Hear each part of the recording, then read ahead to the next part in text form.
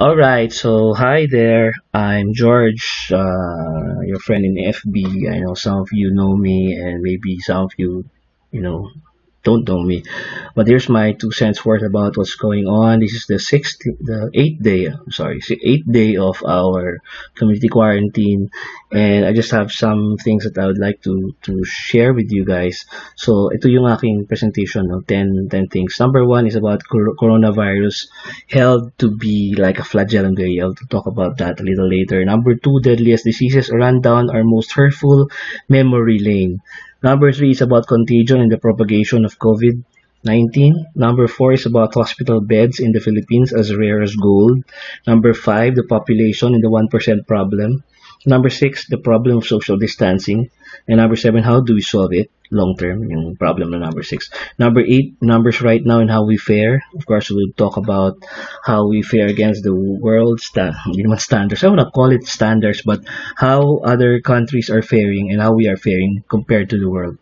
The dire forecast number nine. This is the dire forecast that I don't want to happen. I have a forecast about where this would go at least in 30 days.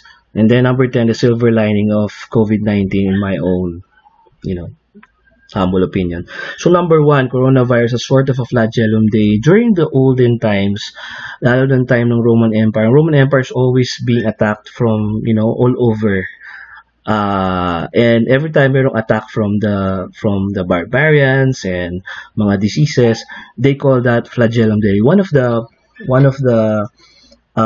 most known or mga important and most popular na person na who was called Flagellum Day is Attila the Hun.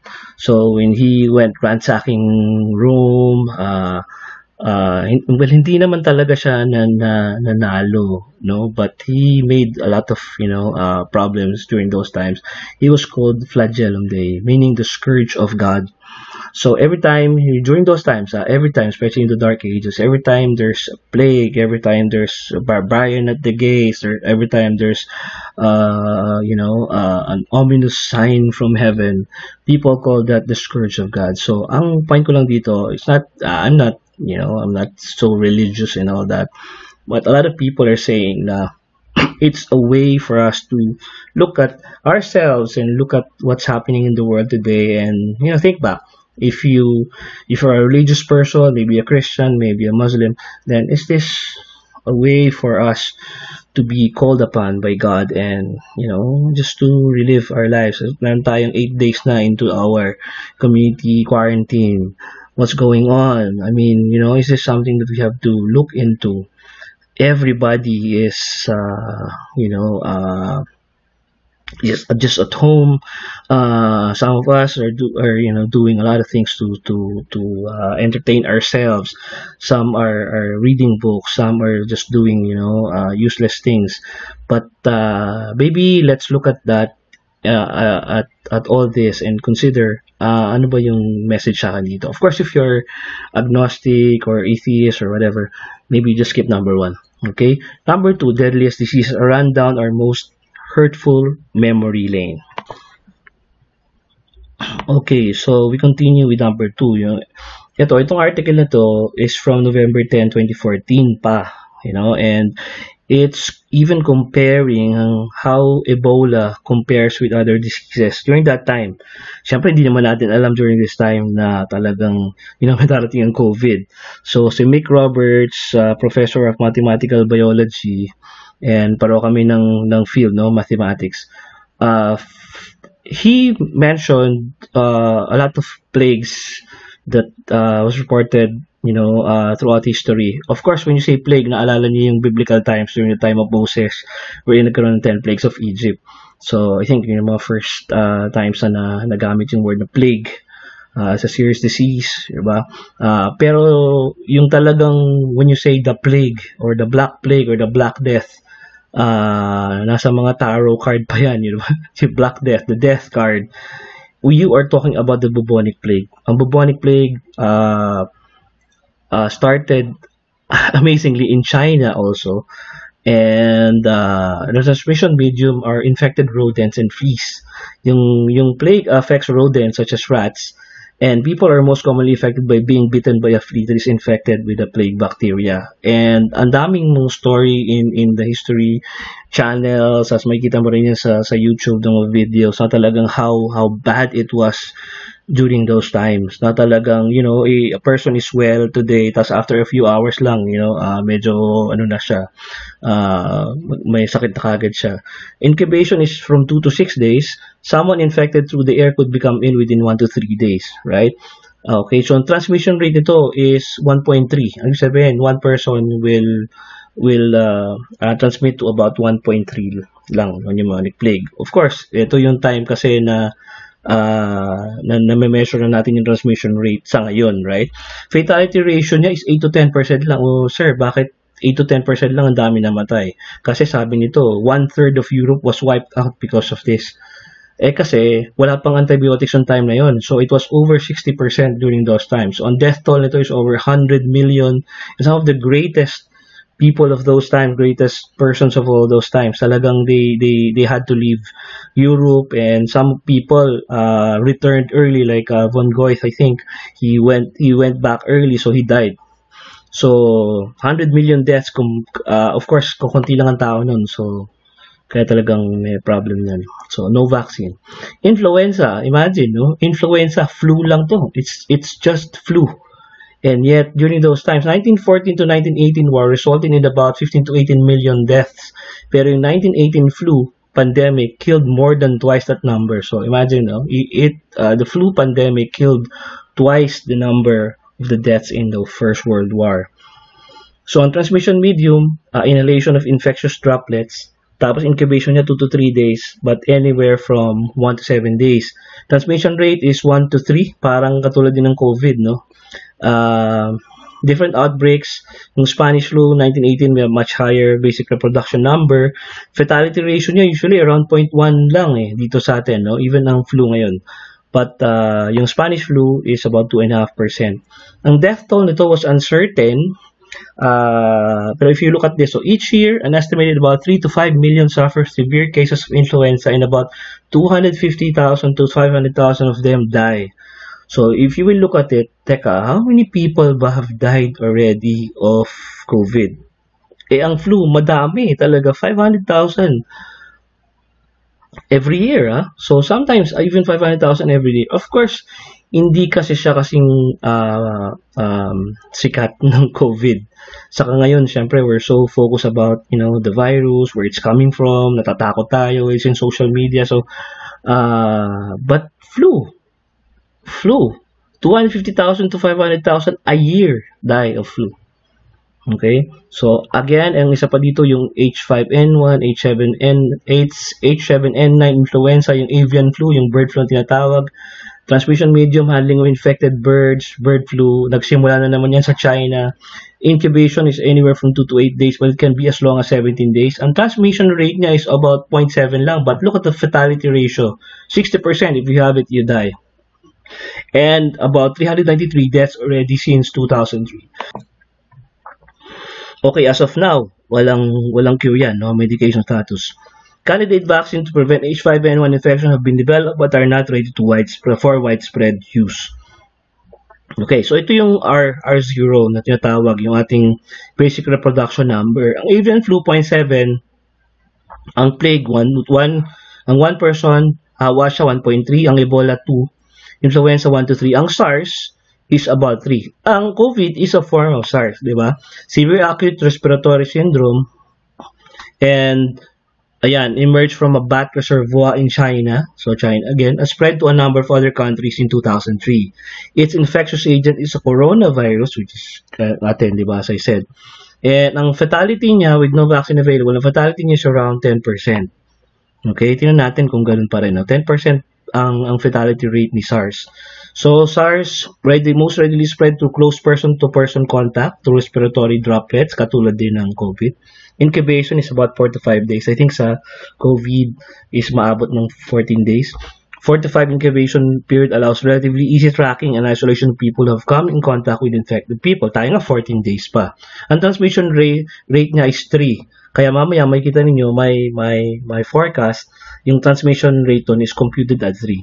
But yun. SARS can be transmitted through airborne droplets. It has a relatively high R0. Okay. Ang fatality niya, 10%. As I said, death toll niya is about 775. Yung SARS, no? I remember during the time na sumikat si SARS, no? Hindi masyado nakabot siya sa atin. I think walang nangyari dito sa atin na fatality. But this was before yung mga heavy travel. Ngayon kasi sobrang daming travel sa all over the world.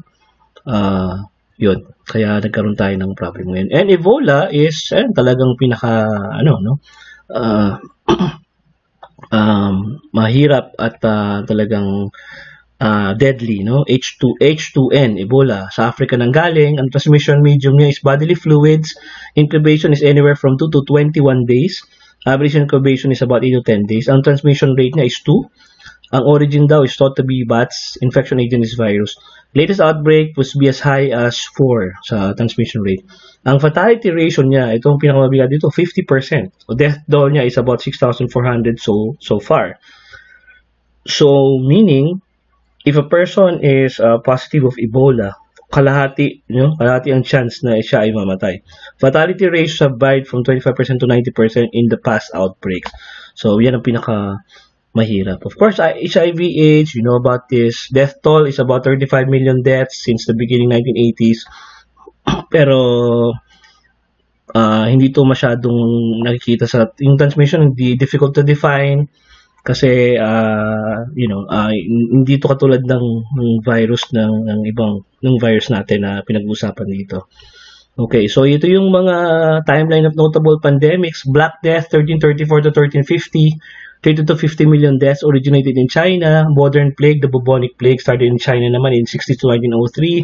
Russian flu, influenza, 1 million deaths. Spanish flu, Asian flu, 2 million deaths, 1956 to 1958. Hong Kong flu, then Ebola outbreak, 1976. HIV/AIDS, about 40 million deaths. And then SARS, 775 deaths. And now we have, sa atin ngayon, yung COVID-19. So, swine flu to 2009, 200,000 deaths din pala yan, H1N1. Then, Ebola is about 4,800 deaths noong 2014. Okay. Now, let me go to contagion and propagation of COVID. Diba? As we said, ang ating binabilang dyan is 1:3. So, dito ko titingnan yan. Of course, I got this from Valuetainment, si David. Okay, so natin dito, measles 12 to 18 ang contagion niya, yung our reproduction niya rate. Smallpox about 5 to 7, SARS 2 to 5, COVID-19 is about 1.4 to 3.9, and again, as I said, we are rounding it off to 3 for better, for ease of computation. So about 3 for COVID-19. Now we go to number 4. Hospital beds in the Philippines as rare as gold. Okay, alam nyo in the just recent days, they are complaining about the US, Kasi sa US, ang hospital beds daw is about 2. So I'll show you about yung rates ng hospital beds in the US. again, so this is from Valuetainment. Ang number of hospital beds, ang example niya dito, syempre, of course, is from the US. Beds per 1,000 by country. Japan is number 1 at 13.05. South Korea is at 12. Russia, 8. Germany, 8. Austria, 7. And USA is at 2.8. Of course, they're complaining. And they're saying, wow, one of the richest country, and we only have 2.8 per 1,000 in the US. And sabi nila, if we have a major outbreak here in the US, we cannot contain all these people or all those people who are sick. Let me show you the ratio in the Philippines. Tandaan nyo, US is 2.8. Ano kaya ang Philippines? Okay, so this is our ratio. As of 2018, 1 hospital bed per 2,320. So kung kukumpara mo yan sa 1,000, about only 0.4. 0.4 for every 1,000 individuals. Okay? Tandaan natin, ang Japan, 13, ang US, 2, tayo, 0.4. So, if there will be an outbreak, medyo may problema tayo dyan. At ito, government-owned hospital beds to population. Of course, pag sinama mo siguro ang private dito, okay. Kaso ang problem, hindi naman lahat ay accommodate. Dito kasi may mga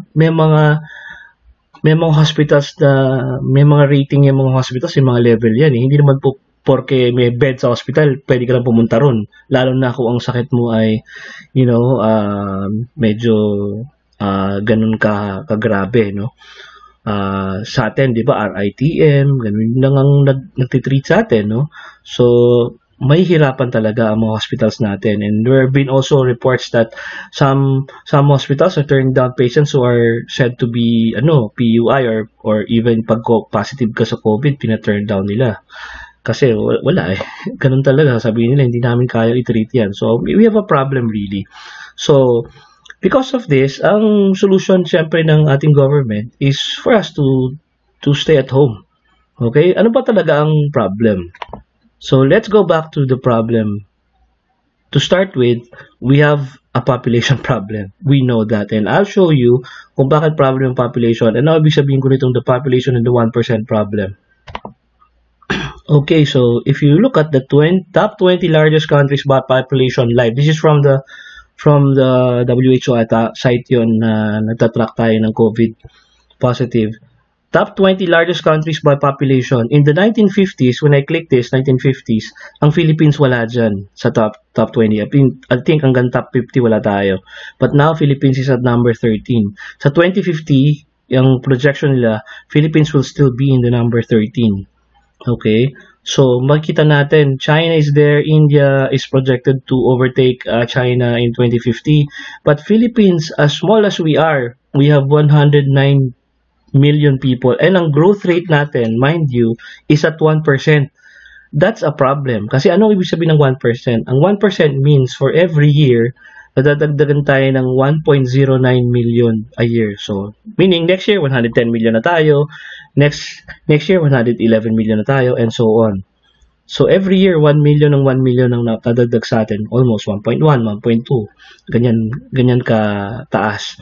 So, may problem yun. And if you stick around, it's not just that. We have more problems than the population. Okay, so ang number 6 natin topic dito is the problem of social distancing, di ba? Sabi ng government, okay, social distancing and all that. Now, let me show you how that is a problem. Okay, so this is a list of the cities with the by population density. Alam niyo, the population density is that, ang ibig sabihin yan, how many people are situated, how many people are living within 1 square kilometer, for example. And tingnan nyo to, the Philippines reported here as the 12th most populous country. Of course, sabi dun sa live, number 13 lang tayo. But imagine, 50 lahat ito eh. We have 50 here ranked the highest, 56. And we have 13 cities na nandito. The Philippines hold the highest number of cities in this entry. Manila is number 1. At how many? 46,000 per square kilometer. Anong sinasabi mong social distancing? This cannot happen in the Philippines. Mahirap tayong gawin yan. Pateros number 2, 36,000. Mandaluyong, 34,000. We're even more populous, more densely populous than Iraq and India, Mumbai. Baghdad is 36,000. Caloocan, number 7. Okay? So, yan. So, I think I have that here. Okay?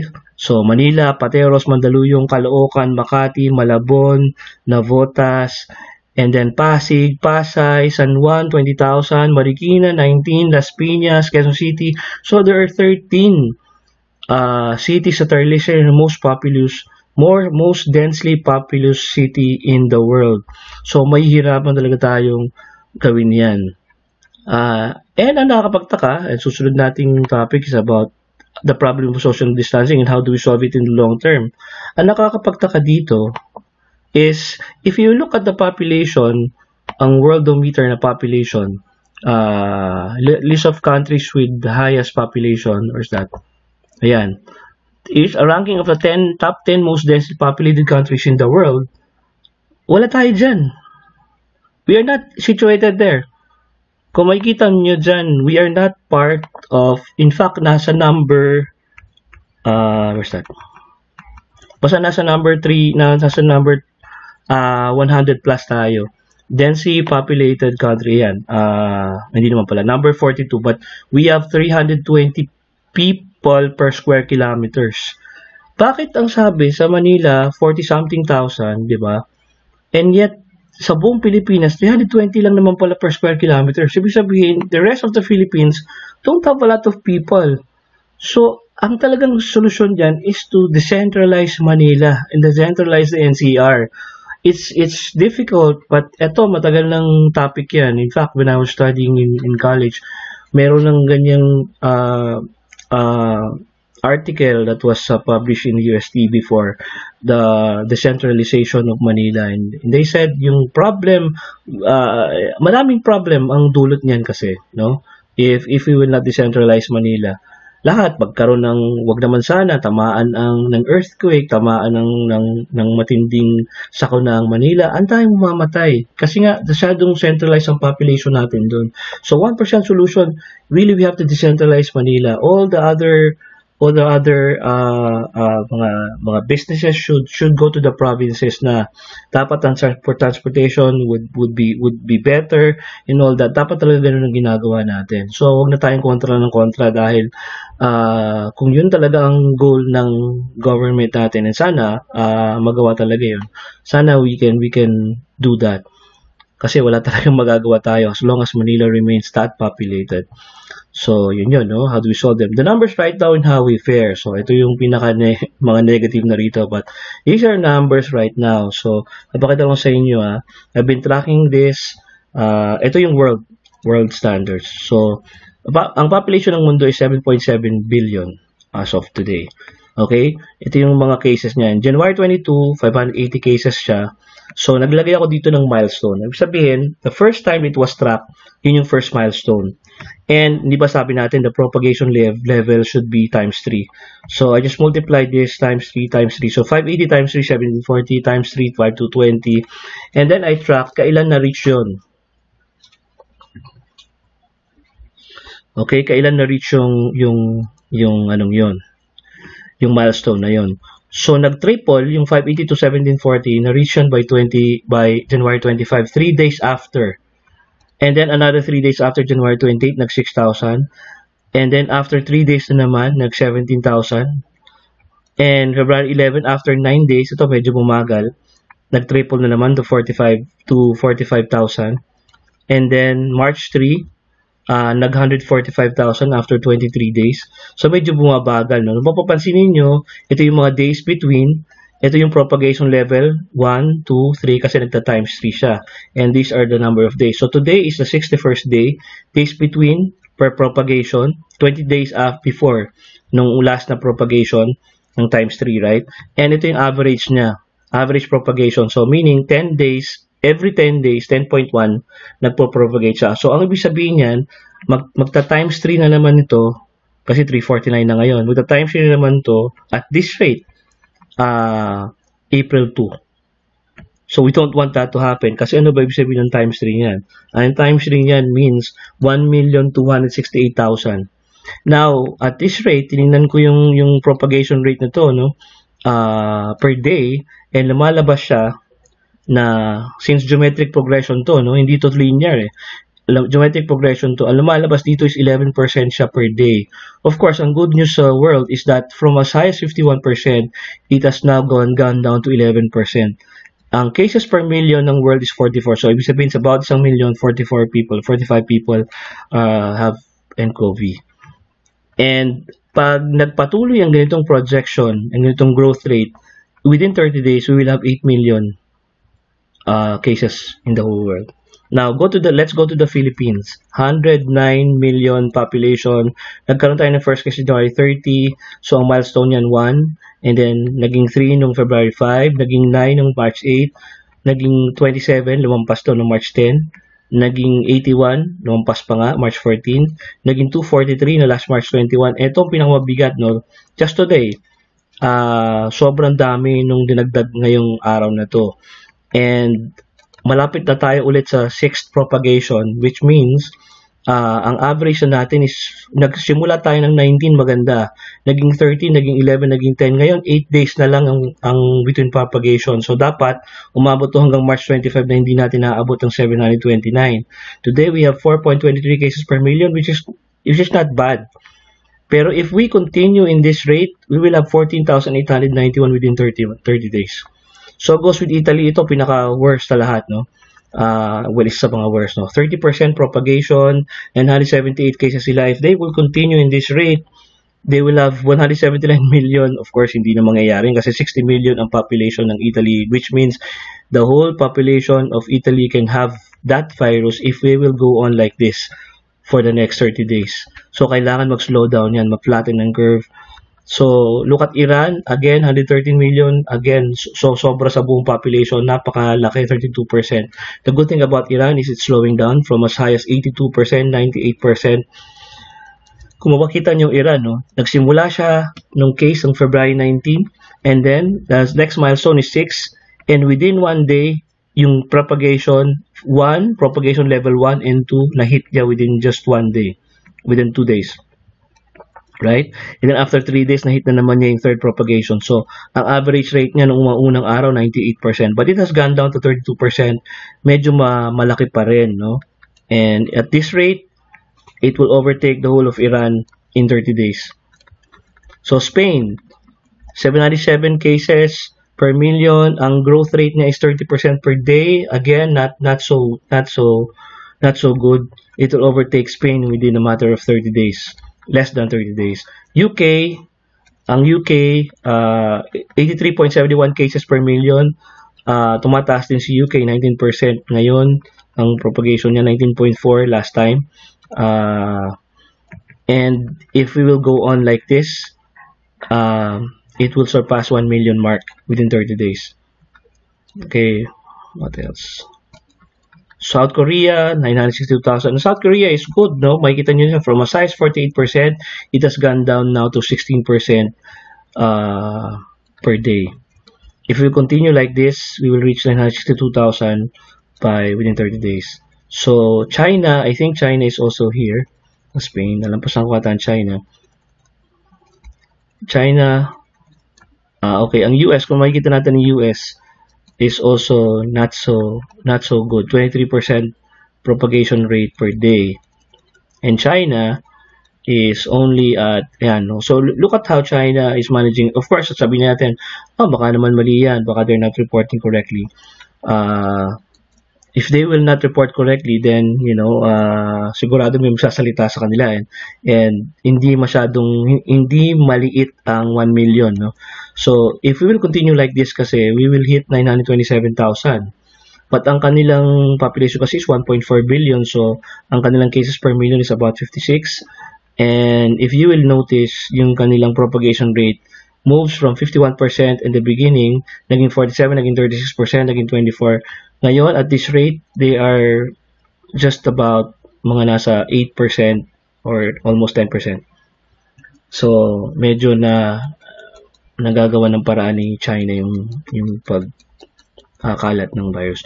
So, going back to the Philippines, kailangan ma-flatten ng curve, kailangan magtagal bago ma-hit natin yung milestone of 729.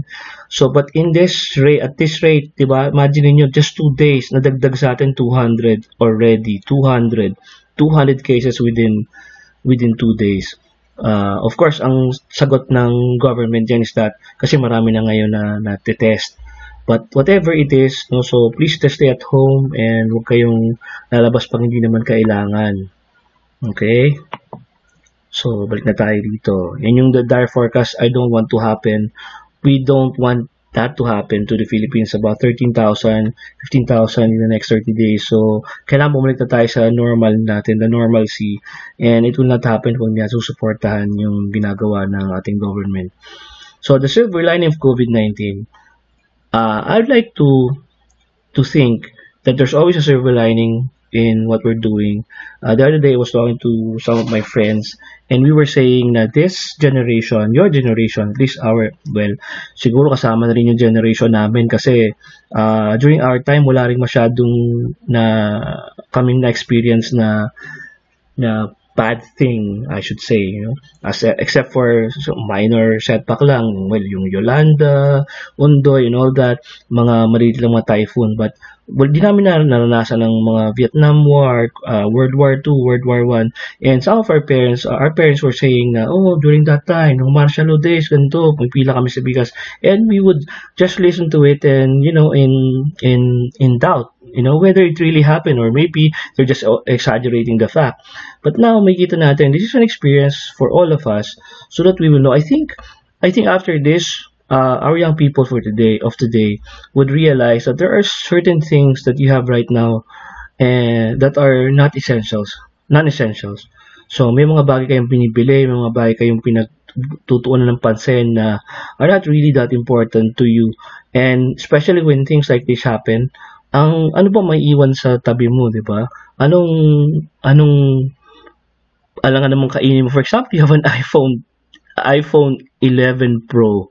I mean, of course, some of my friends have that, but this is not naman to insult you or anything. But if you have that and hindi ka makalabas ng bahay, wala kang mabiling pagkain, right? Kami dito sa San Lorenzo, sa Santa Rosa, lalabas kami, may mga military halos dyan sa labas or may mga pulis dyan sa labas. I mean, 'di ba? Paano kakainin mo ba ang iPhone 11 Pro mo? I mean, 'di ba? If you look at that, paglampas natin dito, I think we would rethink about our lives and you will see how important number one family is. If you don't have family right now and you're living on your own, it's gonna suck like hell.